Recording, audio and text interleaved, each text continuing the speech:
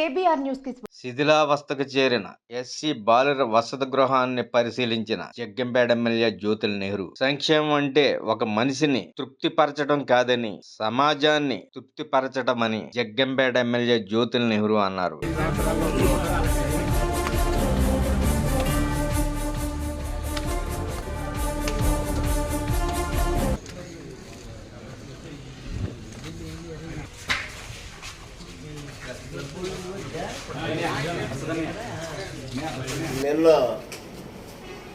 నిన్నటి రోజు నేను శాసనసభ్యుడు అయినటువంటి సందర్భాన్ని పురస్కరించుకొని వార్డెన్ గారు అలాగే హెచ్డబ్ల్యూ గారు డబ్ల్యూఓ గారు నన్ను అభినందించడానికి వచ్చినటువంటి సందర్భంలో హాస్టల్ పరిస్థితులు అడిగితే ఇక్కడ స్థితిగతులన్నీ కూడా సవివరంగా చెప్పడం జరిగింది.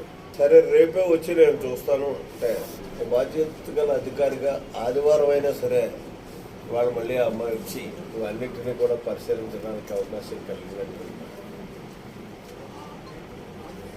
ఇది సుమారు ఈ బిల్డింగ్ నిర్మాణం వచ్చి 40 సంవత్సరాలు అయినటువంటి పరిస్థితి.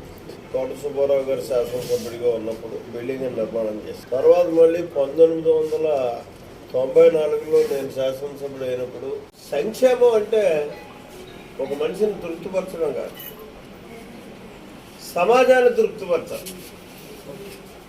సమాజాన్ని తృప్తిపరచాలనుకున్నప్పుడు విజ్ఞానాన్ని పెంపొందించాలి. ఆ విజ్ఞానాన్ని పెంపొందించాలనుకుంటే వనరులు సమకూర్చాలి. అయ్యే ఇవి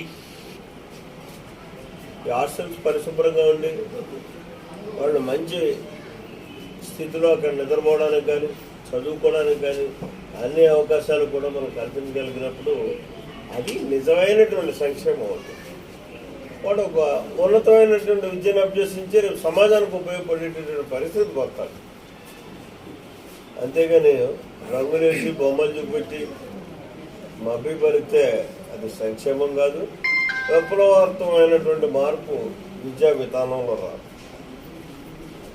కాబట్టి నేను ముందుకు పంపారు, మమ్మల్ని ఎక్కడ కూర్చోబెట్టారు. అయితే బాధ్యత కలిగినటువంటి ప్రజాప్రతినిధిగా మాత్రం ఇవాళ కనీసం నెల కూడా పూర్తి కాకుండానే ఈ కార్యక్రమాలని చూడాలి. ఇది ఒక్క జగ్గంపేటతో ఆగదు. మనకున్నటువంటి నియోజకవర్గంలో ఉన్నటువంటి అన్ని హాస్టల్ని కూడా పరిశీలిస్తాను, దానికి కావాల్సినటువంటి వనరులు సమకూరుస్తాను. వాటి పరిస్థితిని బట్టి అవసరాన్ని బట్టి అక్కడ కార్యక్రమాలు తీసుకోవడం జరుగుతుంది. ఓకే.